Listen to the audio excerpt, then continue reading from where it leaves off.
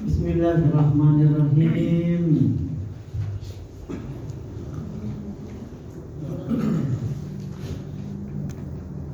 Assalamualaikum ya sayyidi ya Rasulullah ya habibi wa habiba ilahil alamin abil qasim bin Mustafa Muhammad. Allahumma sholli ala Muhammad wa ali Muhammad. Assalamualaikum ya sayyidi ya amiral mu'minin ya Ali ibn Abi Thalib. Assalamualaikum ya sayyidati ya Fatimah Az-Zahra ya binta Muhammad ya qurrat ainir Rasul. Assalamualaikum ya sayyidi ya Hasan ibn Ali ayyuhal mushtaba ya ibn Rasulillah.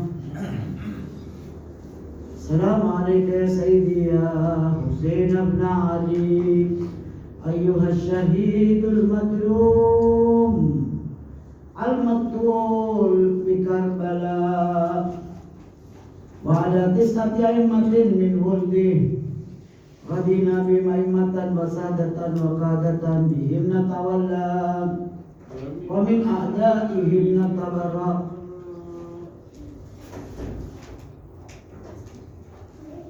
السلام عليك يا أبا عبد الله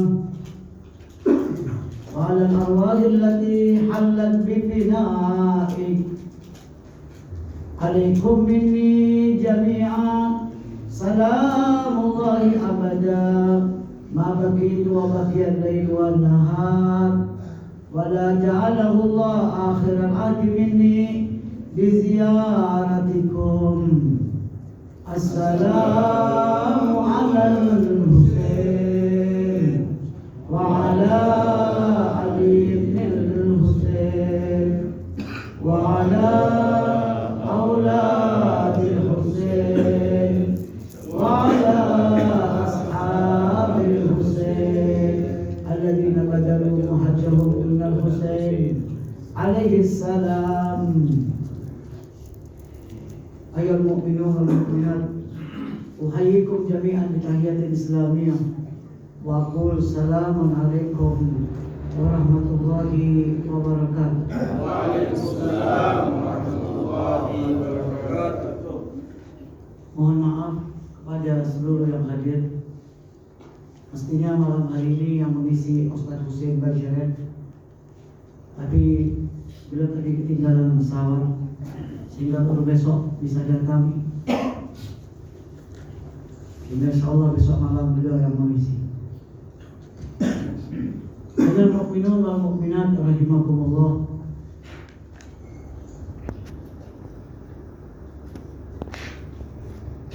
Perjuangan baginda Rasul di kota Makkah, sejarah selalu mencatat banyaknya permusuhan yang ditujukan kepada beliau.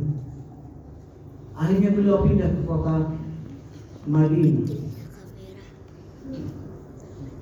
meninggalkan seluruh kenangan kota Makkah. Kehidupan masa kecil sampai berumur 53 tahun ada di kota Makkah. Kenangan-kenangan bersama pamannya Abu Talib, istrinya Ibunda Khadijah, semuanya ada. Di sana beliau dibesarkan. Tapi ketika kota Makkah menolak risalah, tidak lagi mengindahkan Rasul, Rasul tinggalkan. Ada satu kota penuh harapan namanya kota Madinah. Di Madinah Rasul tidak punya sanak famili, tidak ada keluarga.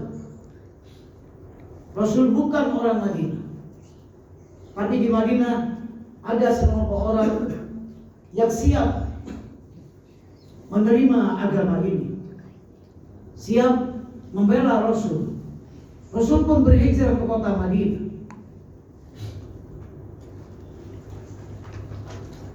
Peristiwa hijrah menggambarkan bahwa jika ada kota yang tidak menerima Rasul, Rasul akan tinggalkan. Jika ada pribadi-pribadi yang tidak menerima Rasul, tidak menerima ajarannya, Rasul akan tinggalkan. Dan jangan khawatir, akan ada kota lain yang menerima. Akan ada pribadi-pribadi lain yang berkorban. Tetapi jujur baginda Rasulullah Sallallahu Alaihi Wasallam hanya selang beberapa tahun setelah wafatnya Rasul, kuburan Rasul masih ada di kota Madinah. Bahkan sebagian orang yang bertemu Rasul masih ada yang hidup. Dan mereka tahu bahwa cucu Rasul ini yang bernama Al-Husain, ada beberapa puluh ayat yang turun berkenaan dengan beliau. Dan mereka tahu. Tetapi Al-Husain salamullahi alaihi, ketika ingin menegakkan risalah ini, ingin melanjutkan misi kakeknya Rasulullah, beliau menawarkan ke kota Madinah yang dulu pernah menerima Rasul. Ternyata kota Madinah meninggalkan mereka. Beliau tawarkan ke kota Mekah di musim haji, tidak ada yang menyambutnya.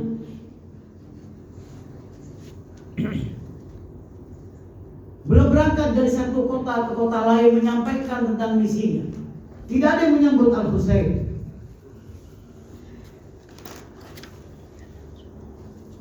Kemudian beliau terus melanjutkan perjalanan sampai di padang Karbala. Karbala bukan kota harapan, tetapi Karbala perjalanan terakhir Al-Husain ketika ingin mengorbankan seluruh yang beliau miliki demi menegakkan risalah baginda Rasulullah Sallallahu Alaihi Wasallam. Di Karbala tidak ada rebana yang menyambut Al-Husain sebagaimana dulu Rasul disambut di kota Madinah. Tidak ada gegap gempita sebagaimana Rasul. Al-Husain ditinggalkan, terasing, hanya bersama keluarganya. Tapi begitu dipertanyakan, untuk apa ini seluruhnya?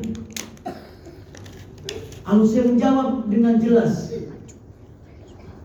jika agama ini tidak bisa tegak kecuali dengan kematianku, maka wahai pedang, ambil aku, cabik-cabik tubuhku.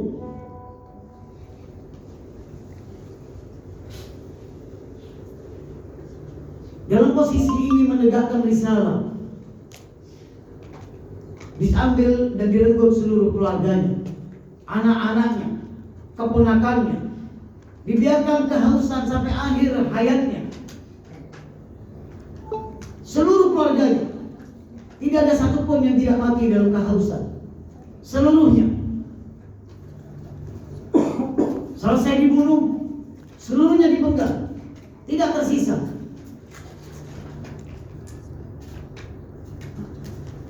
Setelah seluruh kejadian ini, Ibunda Zainab membawa berita Karbala yang menentang tegas setelah wafatnya Al-Husain. Ditanya,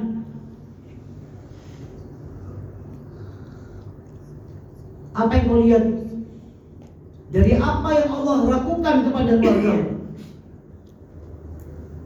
Di sini rupanya penguasa ingin mengatakan bahwa wafatnya Al-Husain ini Allah yang mematikannya, Allah yang menghukumnya. Kata Ibunda Zainab, kemudian dijawab nanti panjang lebar oleh Imam Ali Zainal Abidin, bahwa kata beliau, Allah mematikan setiap jiwa yang telah tiba waktunya. Tetapi yang aku lihat ini semuanya adalah keindahan, karena keluarga kami semuanya mati di jalan Allah.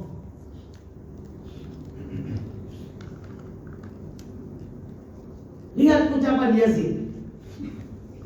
Kata Yazid, aku hari ini puas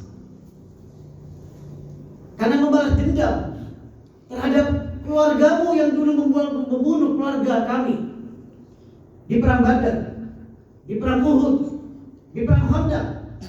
Aku puas. Kata Ibunda Zainab, jika engkau puas karena membunuh keluarga kami, sebab membunuh keluargamu, tidakkah kau tahu keluargamu dibunuh dalam kondisi kafir, sementara keluarga Rasulullah kau bunuh dalam kondisi muslim. Jika kau mengaku muslim, engkau tidak akan membunuh kami. Dan jika kau keberatan kepada keluargamu yang dibunuh sebab dia kafir, itu menunjukkan engkau di golongan mana. Sehingga kau lebih memilih membela kakek-kakekmu yang meninggal dalam kondisi kafir dengan mengorbankan putri-putri Rasulullah, putra-putra Rasulullah yang mereka dalam kondisi muslim. Kenapa sebenarnya? Kenapa Mekah meninggalkan, Madinah meninggalkan? Ayyuhal mu'minun wal mu'minat, waktu itu terjadi perang yang namanya Perang Badar.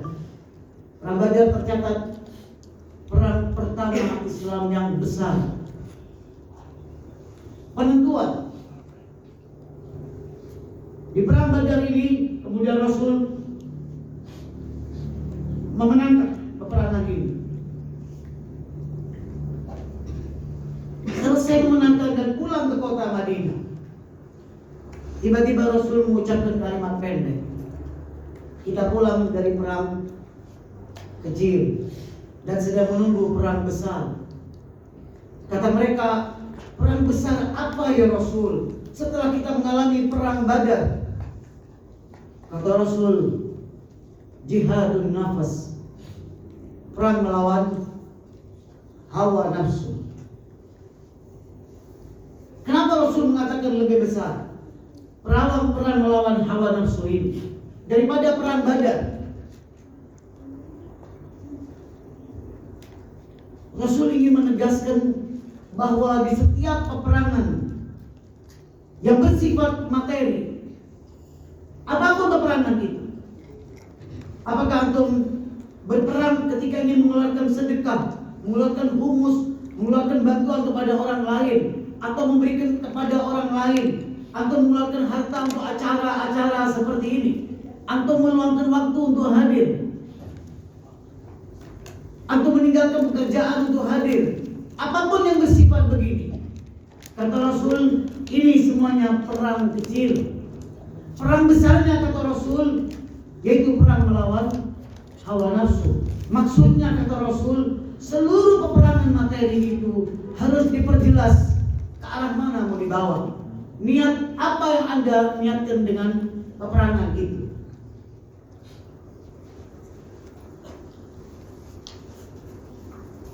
Jika tidak, maka peperangan itu konyol dan tidak ada artinya.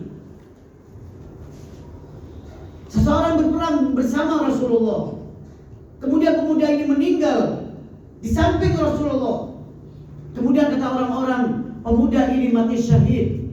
Kata Rasul, tidak, dia di neraka jahanam. Tiba-tiba dipertanyakan, kenapa orang ini membela Rasul, berjuang bersama Rasul, meninggal di depan Rasul, dan Rasul mengatakan dia di neraka. Ternyata pemuda ini sudah menyampaikan, kata dia, aku berperang ini bukan untuk membela Muhammad dan agamanya, tapi aku berperang dengan gigih agar kabilahku naik namanya, agar terangkat namanya, agar kabilahku kemudian dipuji-puji di mana-mana berkat kegagahanku dan keberanianku. Sama sekali bukan tentang Rasul dan agamanya. Barulah orang-orang tahu ternyata orang ini memang niatnya sama sekali bukan karena Allah dan Rasul. Ini menjadi dasar. Dan yang kedua, tidak boleh untuk mengatakan kalau jihad melawan hawa nafsu lebih besar, lebih baik kita tidak berjihad secara materi.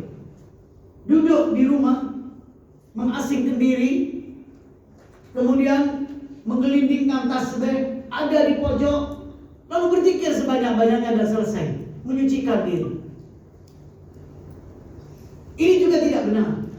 Walaupun jihad melawan hawa nafsu menjadi dasar, tapi Rasul lihat menyampaikan jihad melawan hawa nafsu lebih besar itu setelah pulang dari jihad perang Badar. Jihad materi dulu, baru kata Rasul perbaiki niatnya. Jangan hanya berniat kemudian tidak berjihad secara materi, dan jangan hanya berjihad secara materi tapi tidak memperbaiki niat. Dua-duanya harus sejalan.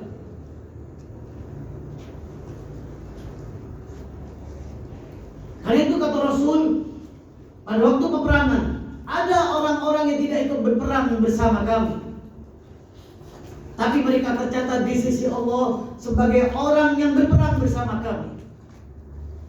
Lalu mereka bertanya, bagaimana mungkin ya Rasul? Kata Rasul, orang-orang itu ingin berperang tapi tidak memiliki kendaraan. Sebagian ingin berperang tapi kondisi tidak memungkinkan. Karena perang secara materi ada batasan. Perempuan tidak wajib perang, yang cacat tidak wajib perang. Sebagian tidak ikut karena hal-hal seperti ini. Tapi dalam perang melawan hawa nafsu, semua terkena. Jadi kata Rasul, mereka tidak ikut karena memang tidak punya kemampuan untuk ikut. Tapi kata Rasul, ini yang lebih berbahaya ucapan Rasul. Tapi ada yang ikut berperang bersama kami, kata Rasul. Tapi Allah tidak mencatatnya sebagai orang berperang bersama kami. Karena hanya badannya bersama kami. Tapi niatnya, kata Rasul, tidak lagi bersama kami.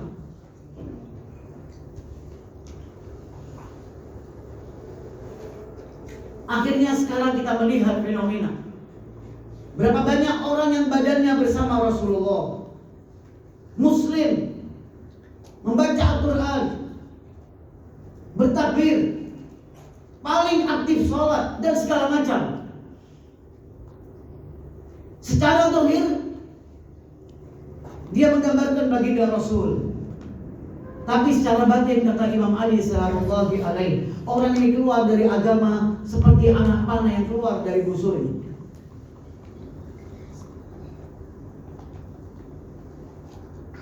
Dalam peristiwa seperti ini kita harus memperjelas. Apapun yang kita lakukan hari ini, Anda sebagai suami harus memperjelas di rumah. Sebagai istri harus memperjelas. Sebagai ayah harus memperjelas. Anda di keluarga melakukan apapun di keluarga, mencari nafkah dan apapun, itu perbuatan zahir.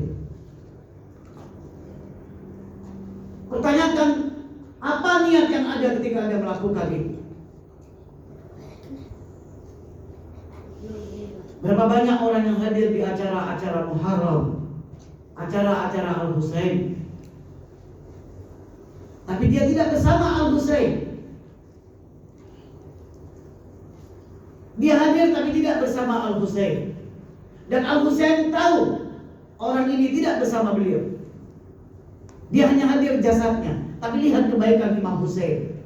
Orang ini hadir hanya jasad, tidak berniat karena Al-Husain, tidak berbuat karena Al-Husain, tapi tetap diberikan hidangan oleh Al-Husain. Tetap diberi dan tidak dibongkar oleh Al-Husain. Tapi ada orang-orang yang mungkin tidak sempat hadir karena berhalangan, tapi dicatat oleh beliau sebagai orang yang hadir. Semua ini tergantung kepada niat apa yang antum lakukan dalam malam hari ini. Hadir di acara-acara seperti ini, apakah sekedar menangis dan selesai, ataukah ada niat untuk mengadakan sebuah perubahan, untuk menggambarkan Al-Husain di rumahnya, untuk menggambarkan Al-Husain dalam kehidupannya, dalam ucapannya, dalam perbuatannya. Jika tidak, maka berarti hanya zahir. Hanya menangis, sebagaimana Anda juga menangis jika ada keluarga Anda meninggal.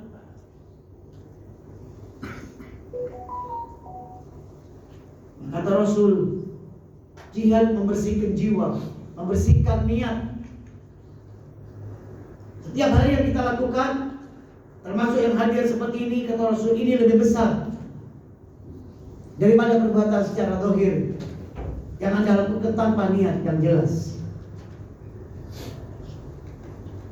Bahkan sebuah fenomena yang aneh.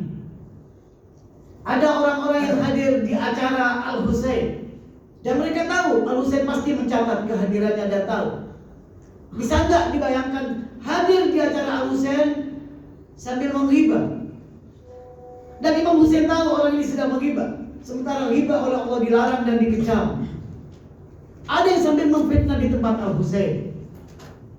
Ada orang yang sholat, dalam sholatnya sedang berpikir merencanakan sebuah kejahatan, tapi dalam kondisi sholat.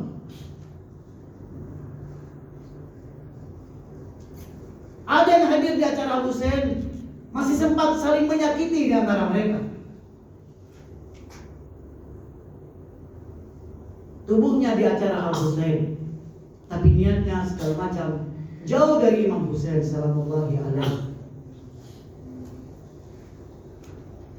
Jadi untuk jihad yang bersifat materi perlu yang namanya penyucian jiwa, perlu yang namanya memperjelas niat apa yang kita akan tampilkan di hadapan Allah dengan seluruh perbuatan-perbuatan itu.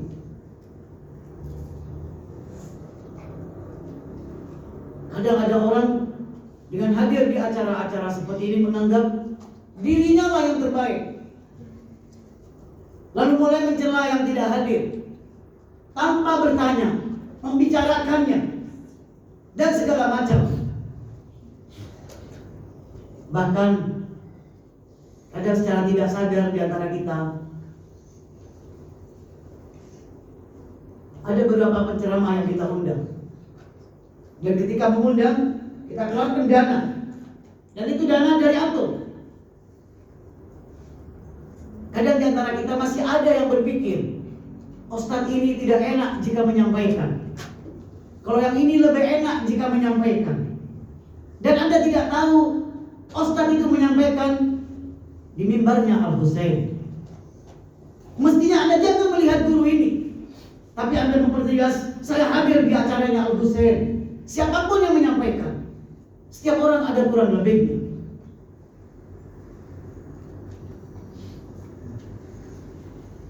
Sehingga kadang Anda jangan lihat siapa yang berceramah, lihat apa yang disampaikan. Karena dia duduk di posisi mimbarnya Al-Husain. Kadang ini yang terjadi di mana-mana.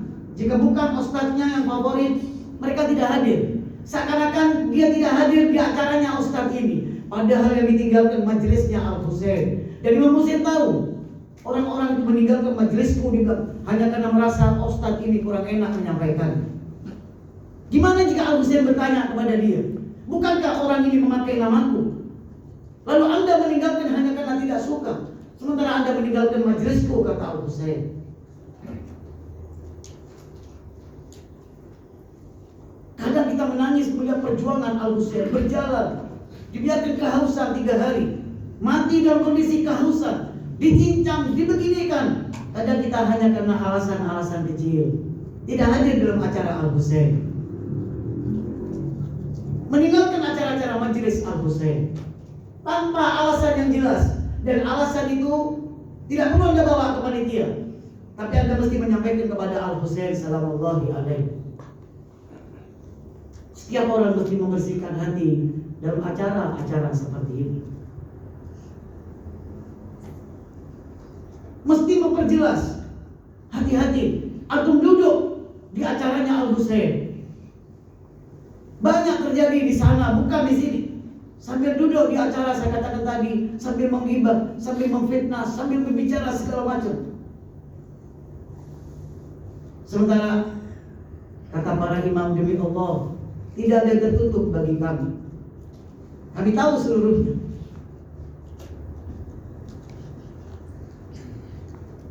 Kami mendengar pada saat kami hidup dan kami mendengar pada saat kami meninggal. Tidak ada perbedaan bagi kami.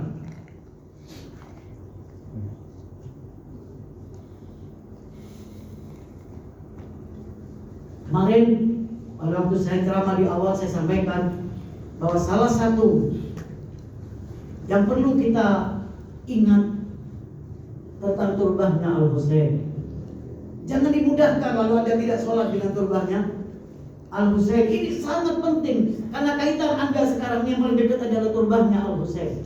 Anda mau ziarah ke Irak, perlu dana besar. Anda mau mencium pusaranya Al-Husain, yang Anda cium bukankah itu kuburannya Al-Husain? Dan ini turbahnya yang ada di hadapan Anda setiap hari di rumah Anda. Disinilah Anda terlihat hubungan Anda dengan Al-Husain melalui turbah ini. Lalu Anda sujud, kata Allah, itu tembus. Lalu Anda menghormati turbah. Anda tidak membuangnya sembarangan. Anda tidak meletakkan turbah di rumah bersama dengan kertas-kertas yang dibuang, yang tidak dipakai dan segala macam.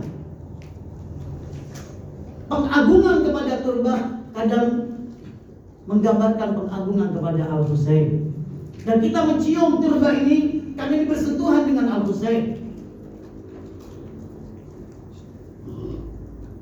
Perlu penyucian di setiap acara-acara ini, di setiap apa-apa yang berkaitan dengan Ahlul Bait. Kemudian yang tidak kalah pentingnya, ketika Rasul berdakwah, ternyata orang-orang yang setia membela Rasul adalah orang-orang yang setelah membersihkan hatinya mereka siap berkorban. Tidak ada jihad tanpa pengorbanan. Masing-masing sudah menunjukkan bagaimana mereka berkorban. Di zaman Rasul, mereka sudah berbondong-bondong menunjukkan bagaimana mereka berkorban.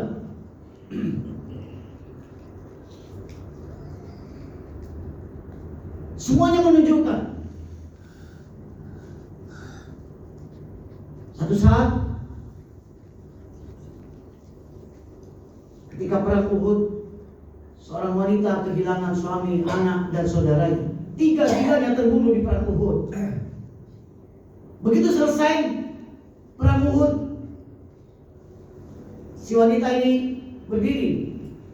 Orang-orang merasa tidak sanggup menyampaikan tentang berita wafatnya seluruh keluarga. Dan dia tidak punya keluarga lagi selain 3 orang ini.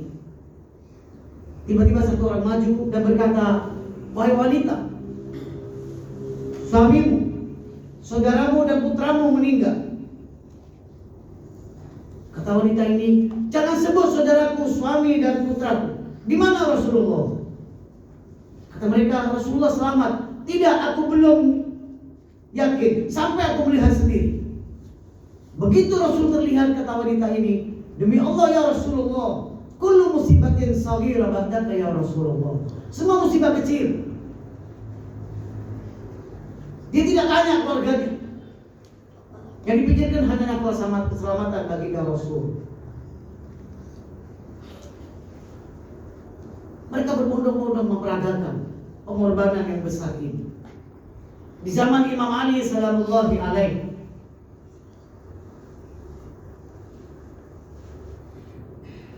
ada sahabat Imam Ali bernama Maitham Al-Tamar. Tiba-tiba oleh Imam Ali ditunjuk, "Wahai Maitham, nanti bapak terbunuh di pohon ini. Kakimu dipotong, tanganmu dipotong, lidahmu dipotong, karena kau tidak mau melepas wilayah kami Ahlul Bait. Gimana jika peristiwa itu datang, wahai Maitham?" Kata Maitham kepada Imam Ali, "Ya Maulaya, demi Allah, aku tidak akan bergeser dari wilayah ini." Akhirnya setelah Imam Ali meninggal, beberapa tahun kemudian Maitham ditangkap. Kemudian Maitham taruh di pohon itu. Dan pohon ini sudah dirawat oleh Maitham hampir 10 tahun. Karena beliau tahu disinilah syahidnya. Kemudian Maitham dipotong kaki, dipotong tangannya, karena tidak mau melepaskan wilayahnya kepada Ahlul Bait.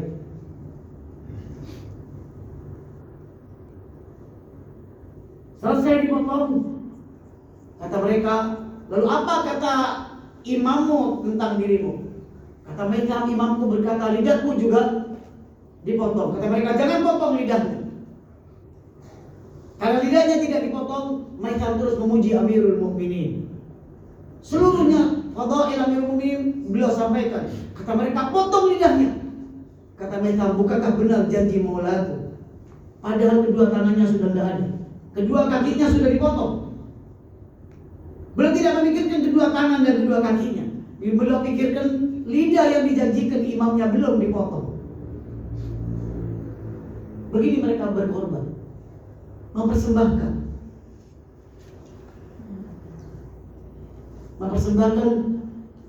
kepada imamnya. Kemudian dalam peristiwa Imam Husain salamullahi alaihi, sahabat-sahabatnya yang siap terbunuh di malam itu, mereka semuanya berzikir. Tiba-tiba Ibunda Zainab salamullahi alaiha mendatangi kakaknya Al-Husain, lalu berbicara di kemah. Ketika berbicara, ada sahabat Al-Husain Rafi yang sedang mendengar. Kata Ibunda Zainab, wahai kakakku Al-Husain, tidakkah kau ingin uji orang-orang yang membelamu ini, apakah dia benar berkorban untukmu? Kata Imam Husain, wahai adikku Zainab, aku yakin dengan mereka. Aku yakin mereka akan berkorban untukku. Mereka adalah sahabat terbaikku. Sahabat Al-Husain yang mendengar pembincangan ini kemudian mendatangi kemah dan mengumpulkan teman-temannya. Kata sahabat ini, ayo kita datangin kemah Al-Husain yang sedang ada Zainab di dalamnya. Kita buat mereka berdua yakin bahwa kita akan berikan seluruhnya kepada Al-Husain. Kemudian mereka bersalam. Imam Husain keluar, Ibunda Zainab ada di dalam kemah. Majulah satu demi satu. Wahai pimpinan kami Al-Husain. Yang satu maju, kata dia, demi Allah, jika mereka membunuh kami 1000 kali, kami tetap akan ada di posisimu. Akan 1000 kali kami korbankan diri kami. Maju lagi yang satunya. Kata mereka, ya Maulaya ya Husain, demi Allah, kalau mereka bunuh kami, lalu bakar kami, lalu penggal kami, dan itu dilakukan ratusan kali, kami tetap akan berada di samping. Mendengar ini Al-Husain dia, Ibunda Zainab menjadi lega dan tahu peristiwa malam itu yang mereka sampaikan, mereka peragakan lagi besoknya di 10 Muharram. Apa yang terjadi? Tiba-tiba ketika musuh sudah akan siap menyerang dan perangan akan dimulai, sahabat Al-Husain ada di satu kelompok dan keluarga Al-Husain ada di satu kelompok. Keluarga Al-Husain meminta agar Abul Fadl Abbas menjadi pembicara. Dari sahabat Al-Husain maju Habib ibn Mudahhir dan yang lain. Kata keluarga Al-Husain melalui Abul Fadl Abbas, wahai ayahku, wahai kakakku Al-Husain, kata Abul Fadl Abbas, izinkan keluarga yang terdekat denganmu ini untuk membelamu pertama kali dan mati syahid pertama kali. Sebelum sahabat-sahabat, kami ingin memberikan terlebih dahulu. Imam Husain terdiam. Tiba-tiba muncul utusan sahabat Al-Husain. Kemudian berkata, wahai Maulaya Husain, jika keluargamu yang maju duluan dan terbunuh, ketahuilah orang-orang ini tidak akan membunuh kami karena kami sudah tidak ada artinya lagi. Biarkan kami yang terbunuh terlebih dahulu, baru keluargamu. Bayangkan di depan Al-Husain, mereka saling berbicara untuk siapa yang terlebih dahulu berkorban dan terbunuh. Mereka berebut, bukan berebut air minum, makanan, bukan berebut harta. Sebagaimana dulu Rasul ditinggalkan di perang Uhud karena mereka berebut harta. Mereka berebut kematian. Kata Imam Husain sambil menangis, ya Allah, dia bilang, aku belum pernah melihat fenomena seperti ini. Mereka berebut ya Allah untuk mati di hadapanku, antara keluargaku dan sahabat-sahabatku.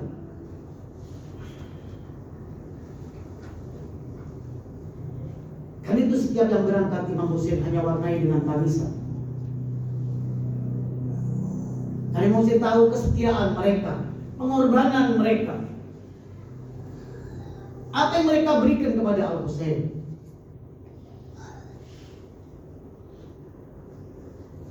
Mereka berikan seluruhnya. Tidak ada yang mereka sisakan. Dan selesai semuanya terbunuh, sudah habis, tinggal Al-Husain seorang diri. Imam Husain masih mempertanyakan, adakah yang mau menolong aku? Karena Imam Husain tidak mau. Ada yang tersisa untuk berkorban, tapi Imam Husain belum korbankan di jalan Allah. Imam Husain tidak mau. Maka hari ini pun ucapan itu sama. Tidak ada bedanya dengan peristiwa Karbala. Hari ini ada orang-orang yang mendengar Al-Husain dibunuh, dizalimin, dan mereka ridho dengan kejahatan itu. Kata Imam Husain, sampai hari kiamat orang-orang begini akan aku kumpulkan bersama orang yang membunuhku di Karbala. Dan hari ini juga ada yang menangisi Al-Husain, ada yang berduka. Maka kata Imam Husain, demi Allah, besok aku akan berikan syafaat sebagaimana aku berikan syafaat pada sahabatku di Karbala. Waktu tidak membuat kita terpisah. Niat semuanya ada pada kita hari ini. Kafilah itu tetap ada di hadapan kita, 2 kafilah.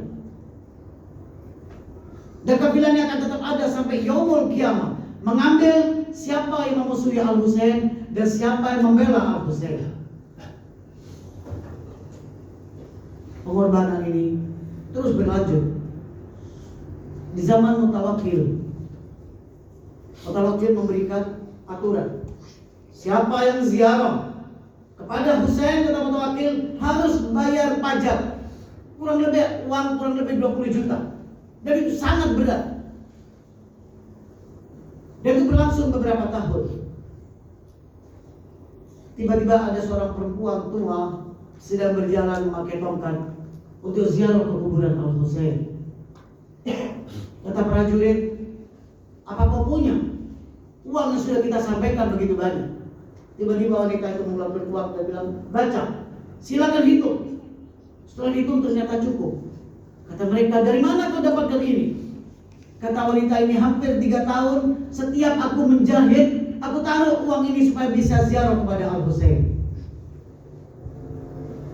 Ini hasil jahitanku setiap hari selama 3 tahun. Maka kata prajurit, masuk, silakan ziarah. Begitu ziarah, tidak sampai 10 menit tiba-tiba dia sudah keluar. Kata prajurit, kau wanita gila. 3 tahun kau kumpulkan uang hanya ziarah 10 menit. Lalu apa yang kau inginkan dengan 10 menit ini? Kata wanita ini, tadi aku berziarah hanya menyampaikan salam pada imamku Al-Husain. Kemudian aku letakkan tanganku di kuburannya dan aku hanya berkata 2 kalimat, ya wajihan indallah, isfa lana indallah. Aku hanya minta syafaatnya dengan aku memegang pusara Al-Husain. Setelah itu aku pulang, dia bilang, tidak ada lagi yang perlu aku sampaikan selain itu. Maka kita pun hari ini begitu. Anda hadir, Anda berkorban, Anda meluangkan waktu, Anda berjalan. Hanya satu yang kita minta, dan beliau Al-Husain pasti mendengar, hanya satu, isfa' lana indallah. Hanya ini yang kita minta. Wanita ini telah berjuang, menyucikan hati, bekerja, kemudian berkorban seluruhnya hanya agar bisa ziarah kepada Al-Husain.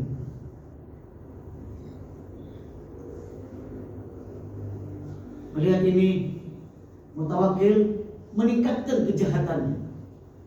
Kata Mutawakkil, mulai tahun depan, siapa yang berziarah 10 orang wajib menyerahkan 1 orang untuk dibunuh, yang 9 boleh ziarah. Setiap 10 orang menyerahkan 1 untuk dibunuh. Dan yang berziarah tetap ribuan, dan yang dibunuh pun tetap ribuan. Akhirnya para prajurit mendatangi Mutawakkil dan bilang, aku tidak sanggup, karena mereka selalu berebut siapa yang mau dibunuh. Jadi prajurit yang membunuh 1 ini seringkali menunggu Kalian 10 orang ini masih ribut. Siapa yang mau dibunuh ini yang satu ini? Mereka berbuat meminta dia yang dibunuh. Prajurit ini tidak sanggup juga. Orang-orang berbuat minta dibunuh. Tiap hari ada puluhan, kadang ratusan orang yang dibunuh. Karena berarti kalau ada 1000 orang, berarti yang dibunuh sehari 100 orang. Dengan berziarah kepada Al-Husain tiap hari tetap di atas ribuan. Tiap hari tidak berkurang. Mereka berkorban. Mereka memberikan. Karena tidak sanggup, Mutawakkil merubah. Siapa yang ketahuan ziarah, potong tangannya. Orang-orang tetap tidak berubah.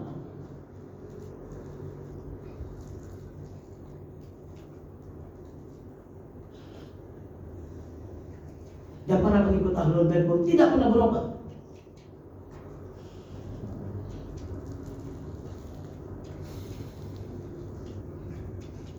Dari zaman dahulu, peristiwa-peristiwa seperti ini selalu akan diberhentikan.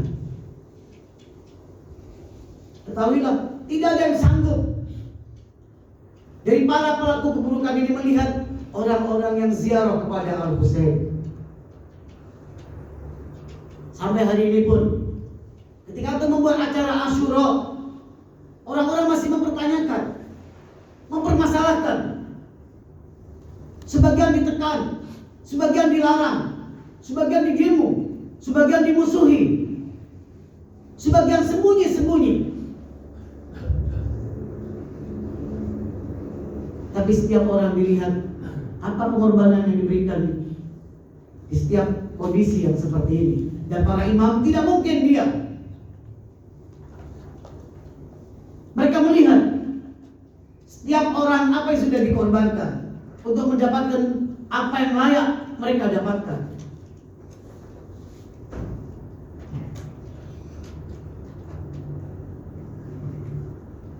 Dan sebuah cerita, satu orang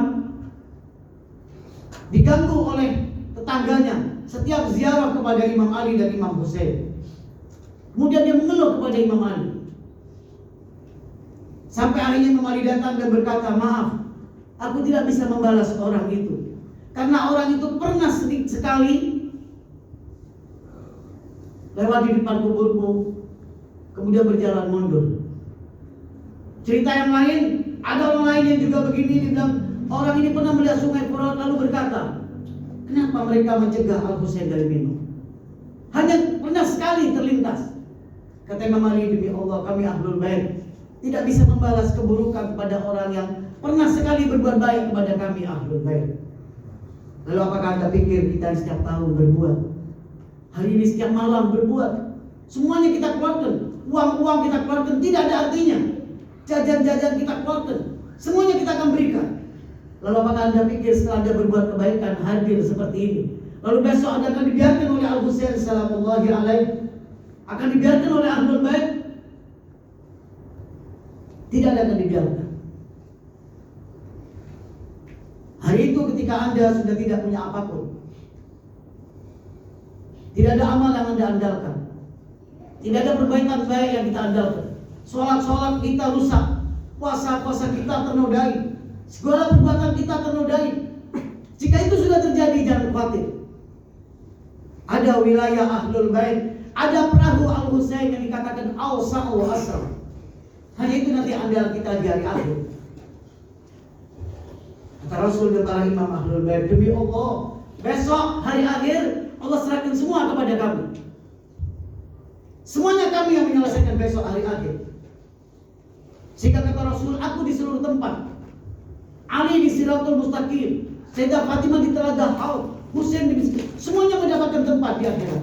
Kata Rasul, akhirat milik kami besok. Dan dari itulah Anda akan tahu besarnya yang Anda lakukan hari ini, agungnya yang Anda lakukan hari ini. Mungkin Anda pikir kecil. Ini tidak kecil. Tidak ada yang kecil jika diterima oleh Allah, dan tidak ada yang besar jika ditolak. Membersihkan diri, berkorban. Setiap orang disuruh memperagakan. Seperti apa yang mereka akan berikan? Setelah seluruhnya sudah habis dan tidak lagi tersisa, maka kini majulah Al-Husain, seorang diri. Setelah berpamitan kepada Bunda Zainab, setelah berpelukan dengan putranya Ali Zainal Abidin, kemudian beliau maju. Orang-orang mulai mengeroyok, orang-orang mulai memukul beliau, orang-orang mulai menancapkan tombak, mulai melemparkan panah ke dada beliau. Seluruhnya sekarang terkena kepada Al-Husain. Setelah Husain mengorbankan seluruhnya, tidak ada lagi yang bisa dikorbankan, tidak tersisa satupun yang bisa dikorbankan.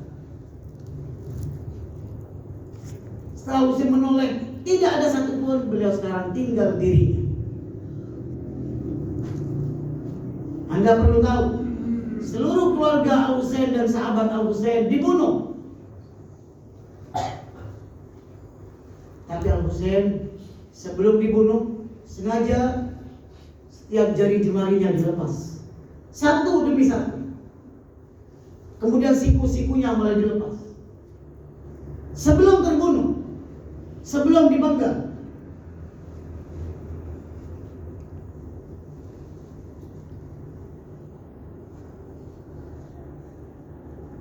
Setelah selesai, mereka mulai melepaskan apa yang ada pada Al-Husain, memotong.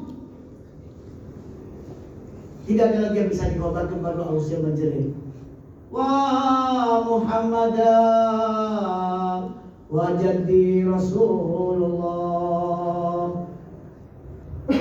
Di setiap jari jemari yang dilepas, Imam Husain mulai menjerit, "Wah umat."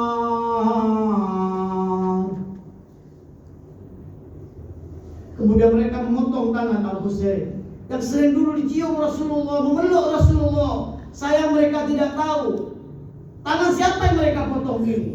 Itu tangan Al-Husain atau tangan Rasulullah.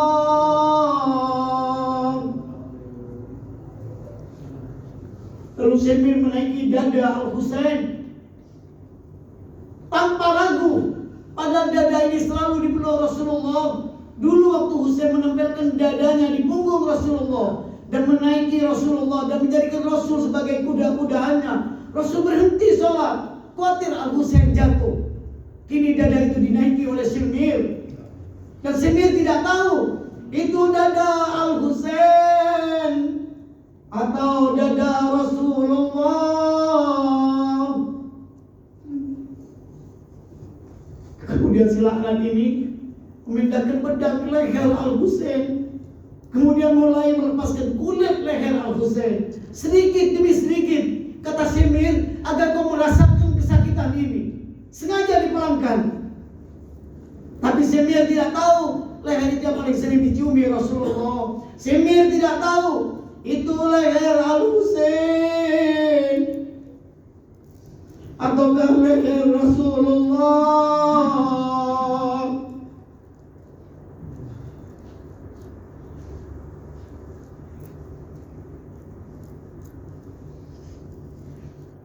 Lalu orang-orang mulai menginjak-injak Al-Husain sampai hancur. Yang mereka injak tidak tahu, bukankah itu diri Rasulullah yang kata Rasulullah, "Husainun minni wa ana min Husain." Mereka tidak tahu kalau yang diinjak-injak itu adalah diri Al-Husain ataukah diri Rasulullah.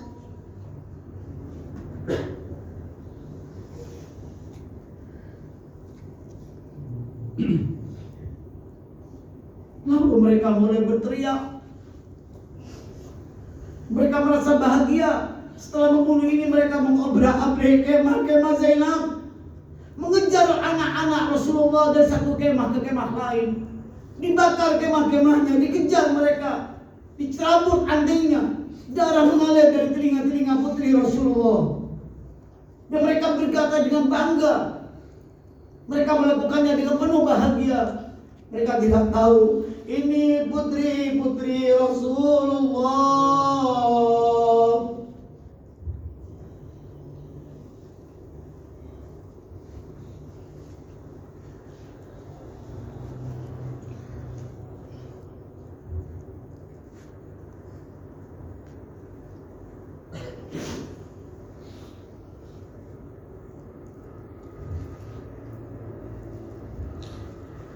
ayuhal mu'minun wal mu'minat. Setiap orang boleh memintaskan pengorbanan apa yang akan diberikan kepada Rasul dan Ahlul Bait. Setiap orang hari ini boleh berbuat dan mesti membersihkan hatinya. Hadir di acara-acara seperti ini acaranya imam, bukan acara ayah kita, keluarga kita. Setiap orang harus mempersembahkan. Datang dengan dirinya yang bersih, hatinya yang bersih, dengan ucapan-ucapan yang bersih. Penghormatan kepada Al-Husain sallallahu alaihi. Dan memang para ayatullah bersepakat di acara inilah yang paling tepat jika kita ingin membersihkan diri, ingin merubah, ingin berkorban. Jangan halang-halangi yang berkorban, silakan. Dan berapapun yang Anda berikan, semuanya akan dibayar kontan oleh Al-Husain. Ketika Anda sedang sangat memerlukan bantuan beliau, maka semoga semua yang hadir, yang punya rumah, yang punya acara, yang punya keluarga, yang punya permasalahan, semuanya dimudahkan urusan dunia akhiratnya karena Al-Husain.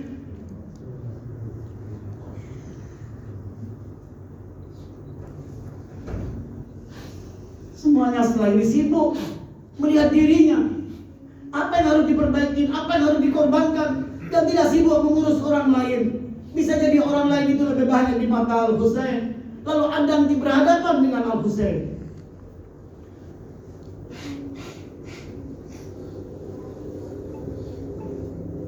Semoga semua yang terlibat tercatat sekecil apapun. Bahkan Imam Ja'far Shadiq salamullahi alaih masih menata sandal orang yang hadir di acara Al-Husain.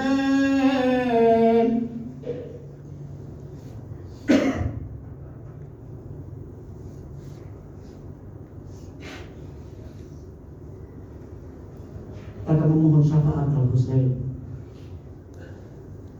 Dalam bersama-sama bertawassul kepada Al-Husain. Ya Aba Abdillah, Ya Husain bin Ali, Ayyuhal Syahid, Ayyuhal Madlum, Ayyuhal Maqtul, Ayyuhal Atsyan,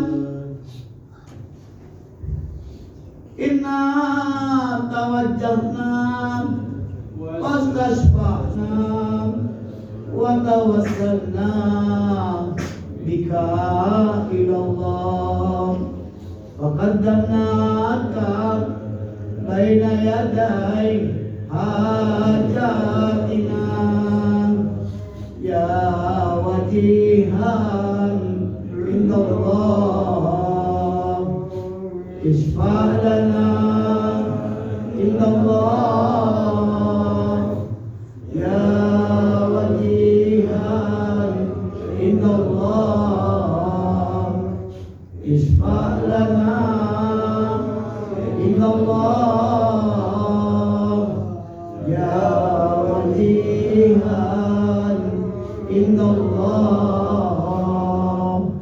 isfa' lana indallah.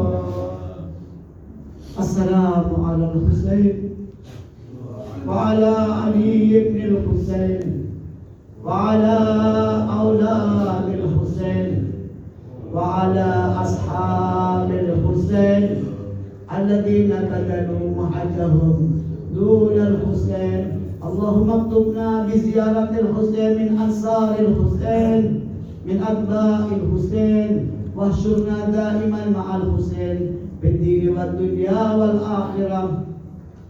Aqulu qawli hadza wa astaghfirullah wa aqulu salamun alaikum warahmatullahi wabarakatuh.